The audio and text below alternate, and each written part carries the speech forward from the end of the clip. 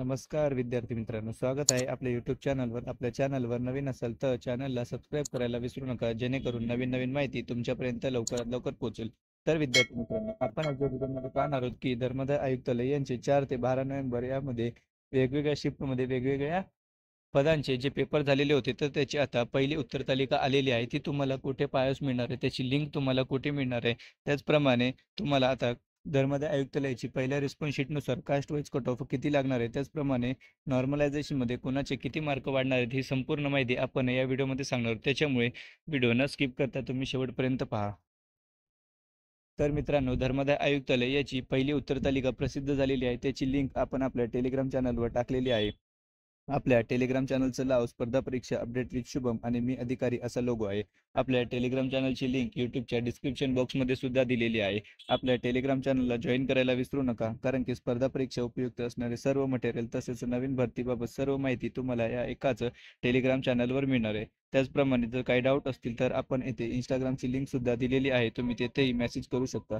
तर विद्यार्थी मित्रांनो, आपल्या टेलिग्राम चॅनलवर आल्यावर धर्मादाय आयुक्तालय पहिली उत्तर तालिका आली. 17 नोव्हेंबर ते 19 नोव्हेंबर पर्यंत तुम्हाला ही उत्तर तालिका डाउनलोड करता येणार. त्याच्यामुळे विद्यार्थी मित्रांनो, लवकरात लवकर आपली पहिली उत्तर तालिका तुम्ही डाउनलोड करून घ्यायची आहे.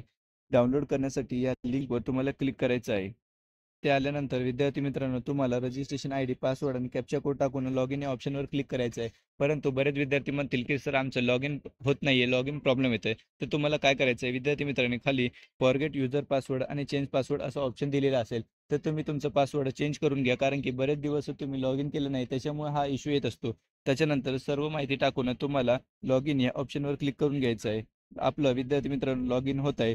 लॉग इन झाल्यानंतर तुम्हाला पुढे काय करायचं आहे, तर अप्लाय पोस्ट या ऑप्शनवर तुम्हाला क्लिक करून घ्यायचं आहे. त्यानंतर विद्यार्थी मित्रांनो, तुम्हाला या डोळ्याच्या ऑप्शनवर क्लिक करायचं आहे. येथे क्लिक केल्यानंतर तुम्हाला असा इंटरफेस ओपन झालेला दिसेल. येथे विद्यार्थी मित्रांनो, applicant detail, payment slip, objection form आणि कॅन्डिडेट रिस्पॉन्ड या ऑप्शनवर तुम्हाला क्लिक करून घ्यायचं आहे. या ऑप्शनवर क्लिक केल्यानंतर विद्यार्थी मित्रांनो, तुम्हाला येथे to download your question paper assessment असं येईल आणि इथं click here to generate it हा ऑप्शन दिसेल. या ऑप्शनवर तुम्हाला क्लिक करून घ्यायचं आहे. या ऑप्शनवर क्लिक केल्यानंतर तुमची प्रथम उत्तर तालिका डाउनलोड झालेली आहे. तर विद्यार्थी मित्रांनो, तुम्ही कोणत्या पोस्टसाठी अप्लाय केलं होतं, त्याचप्रमाणे तुम्हाला किती मार्क मिळालेले आहेत हे तुम्ही मला कमेंट बॉक्समध्ये कमेंट करून सांगा. त्याप्रमाणे आपण येत्या व्हिडिओमध्ये कास्ट वाईज कट ऑफ किती लागू शकतो, त्याचप्रमाणे नॉर्मलायझेशनमध्ये कोणाचे किती मार्क वाढणार आहेत, कोणती शिफ्ट अवघड होते, ही सर्व माहिती मी तुम्हाला पुढील व्हिडिओमध्ये सांगणार आहे. त्याच्यामुळे लवकरात लवकर आपल्या कमेंट बॉक्समध्ये कमेंट करून सांगा. व्हिडिओ आवडल्यास व्हिडिओला लाईक, शेअर आणि सबस्क्राईब करायला विसरू नका. धन्यवाद.